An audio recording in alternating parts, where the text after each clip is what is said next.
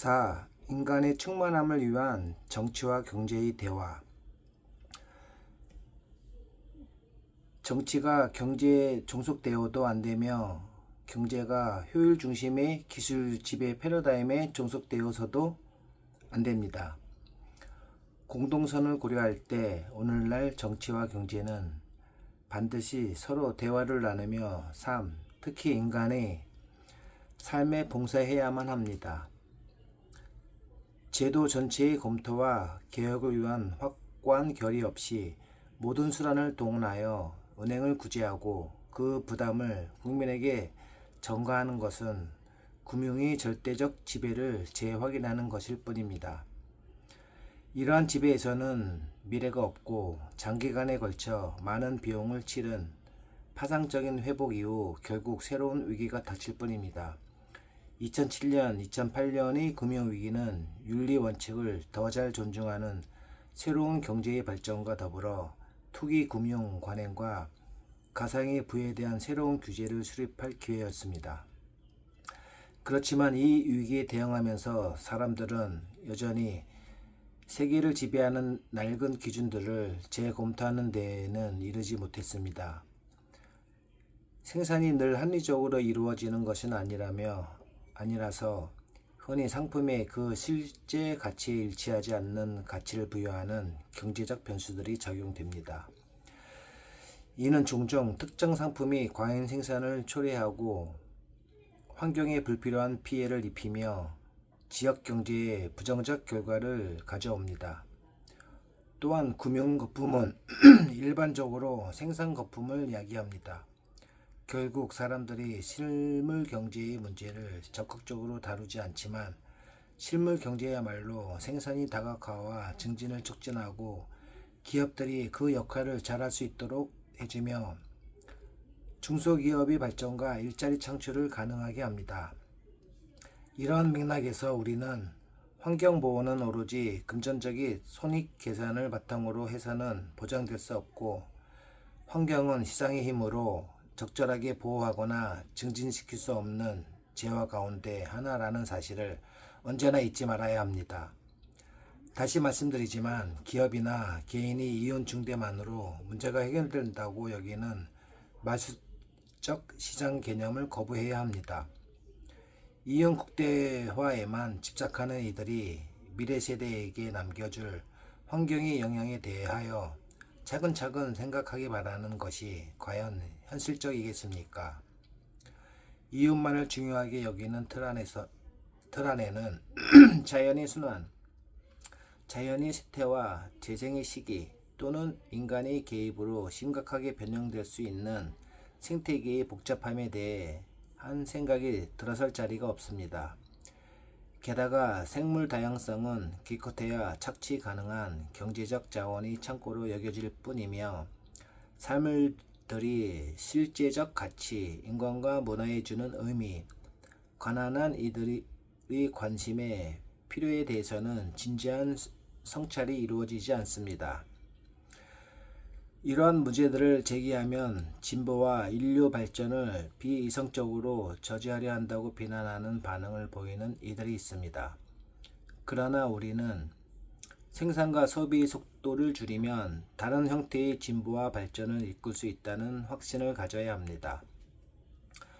천연자원이 지속가능한 이용을 증진시키려는 노력은 불필요한 비용을 발생시키는 것이 아니라 오히려 중기적으로 볼 때 또 다른 경제적 이익을 낳을 수 있는 투자가 됩니다. 시야를 넓혀서 보면 혁신적이고 환경에 덜 영향을 미치는 다양화된 생산 방식이 유익할 수 있음을 알게 될 것입니다. 이는 또 다른 가능성의 길을 여는 일이 됩니다.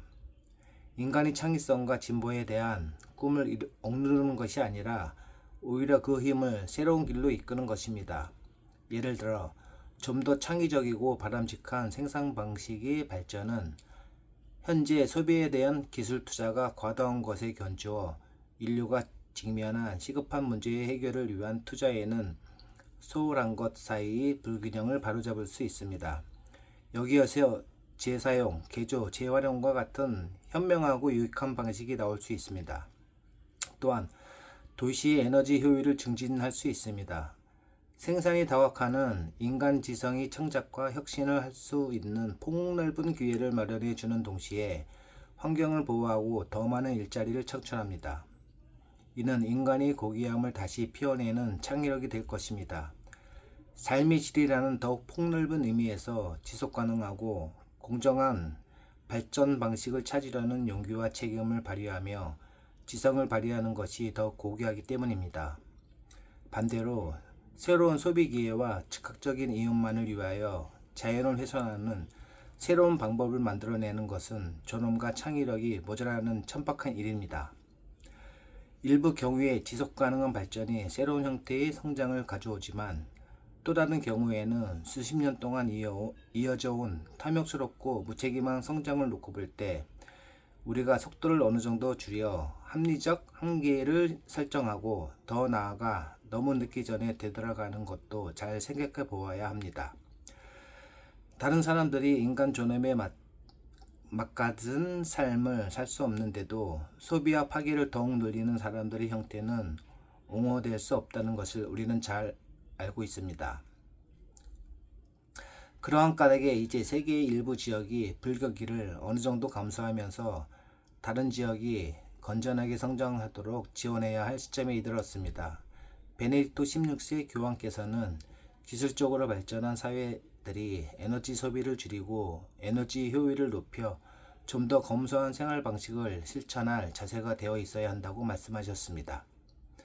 새로운 발전 모델이 나올 수 있도록 우리는 세계적인 개발 모델을 바꾸어야 합니다. 이는 경제의 의미와 경제 목표를 고찰하여 그 역기능과 오용을 바로잡는 것에 대한 책임 있는 성찰을 의미합니다. 일종의 타협책으로 자연보호와 경제적 수익의 균형 또는 환경보존과 발전의 균형을 맞추는 것으로는 충분하지 않습니다. 이러한 주제에 관하여 적당히 타협하게 되면 단지 불가피한 재앙이 조금 늦춰질 뿐입니다. 간단히 말해서 발전의 개념을 새로 정의하는 것이 필요합니다. 더 나은 세상과 전체적으로 더 높은 삶의 질을 이루어내지 못하는 기술과 경제개발은 발전으로 볼 수 없습니다. 경제가 성장해도 종종 인간 삶의 질이 실제로 떨어지기도 합니다. 환경이 악화되고 식품의 품질이 떨어지며 일부 자원이 고갈되기 때문입니다. 이러한 상황에서 지속가능한 성장에 대한 논의는 흔히 주의를 다른 곳으로 돌리고 자기 합리화를 하려는 수단이 되고 맙니다. 이는 생태에 관한 담론의 가치를 금융과 기술 지배주의 논리에 흡수시키고 기업의 사회와 환경에 대한 책임은 흔히 일련의 마케팅과 이미지 관리 활동으로 축소됩니다. 이윤국대화의 원칙은 다른 모든 시각을 외면하여 경제 개념을 왜곡합니다. 이는 생산이 늘기만 한다면 미래 자원이나 환경의 건강을 희생시키는 것도 개의치 않습니다. 벌채로 생산이 늘기만 한다면 한 지역의 사막화, 생물 다양성의 훼손, 오염의 증가로 발생하는 손실은 그 누구도 생각하지 않습니다. 다시 말해 기업들은 비용의 극히 일부만을 계산하여 지불하며 수익을 냅니다. 공동의 환경 자원을 이용하는 데에 드는 경제적 사회적 비용을 다른 민족이나 미래 세대가 아니라 그 이용자가 온전히 부담하고 투명하게 공개하도록 할 때에만 윤리적 행위라고 볼 수 있습니다. 시장이 또는 계획 경제를 추진하는 국가가 자원을 배분할 때 현재의 필요를 위한 정태적 현실 분석만을 제공하는 도구적 이성이 개입됩니다. 정치와 관련하여 무슨 일이 벌어지고 있습니까? 보조성의 원리를 되새겨 봅시다. 이는 사회의 모든 분야에 존재하는 능력을 발전시키는 자유를 보장하면서 또한 더 많은 권력을 지닌 이들이 공동선을 위하여 더 큰 책임을 지도록 하는 것입니다. 오늘날 일부 경제 부문이 국가보다 더 많은 권력을 행사하고 있는 것이 사실입니다. 그러나 정치가 결여된 경제에는 현재 위기 다양한 측면들에 대처할 수 있는 다른 논리를 지지하지 못할 것이기에 정당화될 수 없습니다. 환경에 대한 참된 배려가 없는 논리는 사회의 가장 취약한 이들의 통합에 대한 관심이 없는 논리입니다. 오늘날 성공과 자립의 모델에서는 뒤처진 이들이나 힘없는 이들, 능력이 모자란 이들을 돕고자 투자하는 것이 아무런 의미도 없어 보이기 때문입니다. 우리는 폭넓은 시각으로 위기의 다양한 측면들에 대하여 학제적인 대화를 포함한 새로운 통합적 접근을 하는 정치가 필요합니다. 흔히 올바른 공공정책의 부재와 부패에서 비롯된 정치에 대한 불신은 정치 자체가 책임져야 합니다. 한 지역 국가가 본분을 다하지 못하면 일부 기업 집단이 후원자를 자처하며 실질적 권력을 행사하고 자신들은 특정한 규정들을 지키지 않아도 된다고 여기게 됩니다. 그래서 조직범죄, 인신매매, 마약매매, 폭력과 같은 근절시키기 어려운 모든 형태의 범죄들을 일으키는 데 이릅니다. 정치가 왜곡된 노예를 깨어버릴 수 없고 구차한 변명으로 일관한다면 우리는 계속해서 인류의 주요한 문제들을 해결하지 못하게 될 것입니다. 참다운 변화를 위한 전략에는 전체 과정에 대한 재검토가 필요합니다. 현대 문화의 뿌리에 놓여있는 논리를 문제 삼지 않고 몇몇 파상적인 생태적 고려사항만 다루는 것으로는 충분하지 않습니다. 건전한 정치는 이러한 문제에 맞설 수 있어야 합니다. 정치와 경제는 빈곤한 환경 훼손에 대해서 서로에게 책임을 전가하려고 합니다. 그러나 우리는 정치와 경제가 자신의 잘못을 깨닫고 공동선을 지향하는 상호작용의 방법을 찾기를 바랍니다. 한쪽은 경제적 수익만을 추구하고 다른 한쪽은 권력의 유지나 확대에만 집착한다면 결국 남은 것은 전쟁이든지 아니면 환경보호의 가장 취약한 이들을 돌보는 일에는 전혀 관심을 쏟지 않고 정치와 경제 양자가 맺는 불순한 협약입니다. 여기서도 일치는 갈등보다 우월하다는 것이 사실입니다.